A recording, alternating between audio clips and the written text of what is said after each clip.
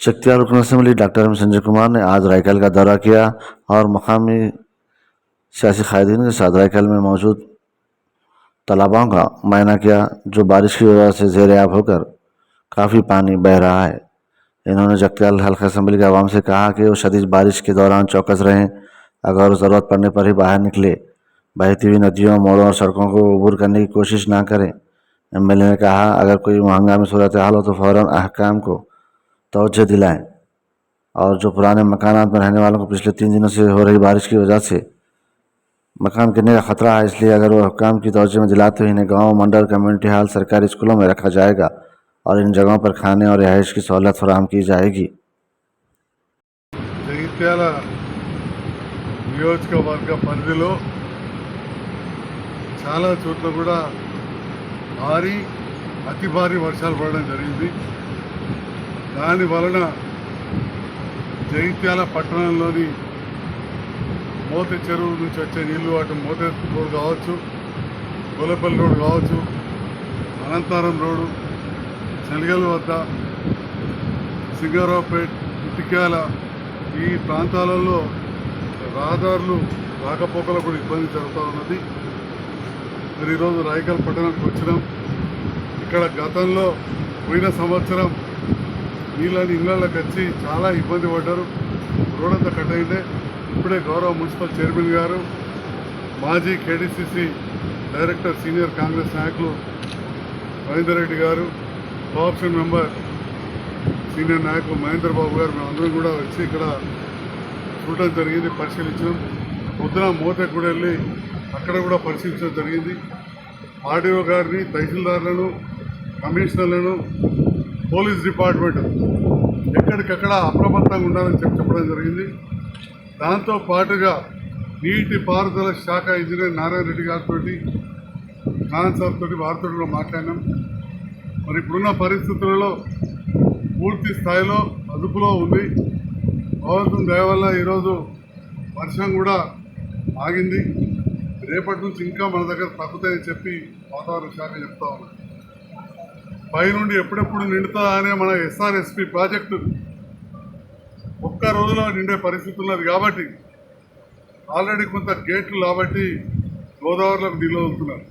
మరి జగిత్యాల నియోజకవర్గ ప్రజలు బోర్రపల్లి కావచ్చు, కింద రంగసాగర్, కమ్మనూరు, చిత్రవేణిగూడెం, కొల్వాయి, చిన్న కొల్వాయి, ఇక కింది వరకు కూడా అందరూ కూడా అప్రమత్తంగా ఉండాలి. గోదావరి ఒడ్డున ఉన్నవాళ్ళు కొంత పైకి రావాలని చెప్పి కూడా కోరుతా ఉన్నాం. గోదావరి ఒడ్డుకు వెళ్ళొద్దు. అదేవిధంగా వాగులు ఎక్కడెక్కడైతే పారుతున్నాయో ధైర్యం చేసి నడిచిపోవడం, సైకిల్ మోటార్ల మీద పోవడం, కార్లలో పోవడం, ట్రాక్టర్ల పోవడం అసలే చేయదని కోరుతా ఉన్నా.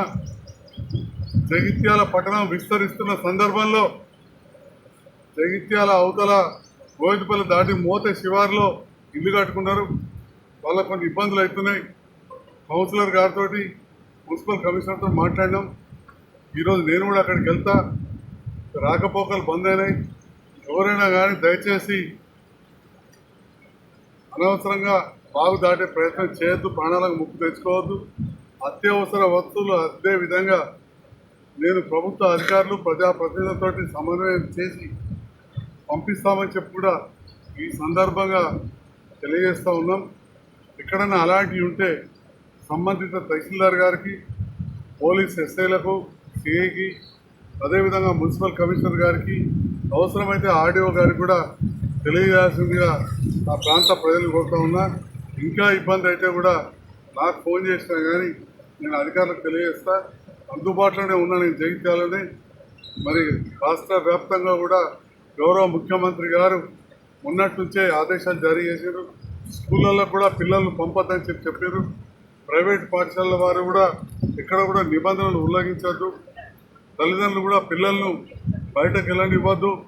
గతంలో రాయకల్ పట్టణంలో పెద్ద వర్షం వస్తే ఒక మోర్లో పిల్లడు కొట్టుకపోయిన పరిస్థితి మనకు తెలుసు.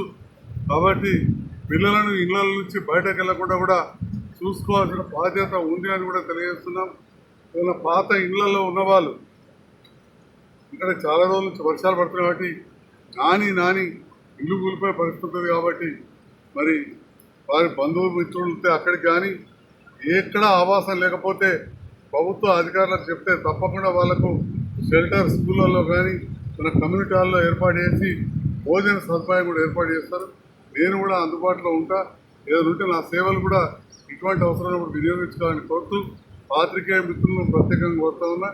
ఈ వార్తను ప్రచురింపజేసి ప్రజలను అప్రమత్తంగా ఉండే విధంగా వాళ్ళ ప్రాణాలకు కానీ ఆస్తులకు కానీ నష్టం కాకుండా చూసే విధంగా మా పాత్రికేయ మిత్రులు కూడా సమాజానికి తెలియవలసిందిగా కోరుతూ ఎక్కడైనా ఏమైనా ఇబ్బందులు జరిగితే కూడా మీ మీడియా ద్వారా మాకు మీరు తెలియజేస్తే మీరు ఎలక్ట్రానిక్ మీడియా కావచ్చు, ప్రింట్ మీడియా కావచ్చు, లేదా మీ సామాజిక మాధ్యమాల ద్వారా నాకు మెసేజ్ పెట్టినా కానీ SMS పెడితే నేను స్పందించి సేవ చేయడానికి సిద్ధంగా ఉన్నా అని చెప్పి మా నాయకులందరి పక్షాన మనందరితో కలిసి అధికారుల పక్షాన కూడా ప్రభుత్వ పక్షాన తెలియజేస్తున్నాను. Thank you.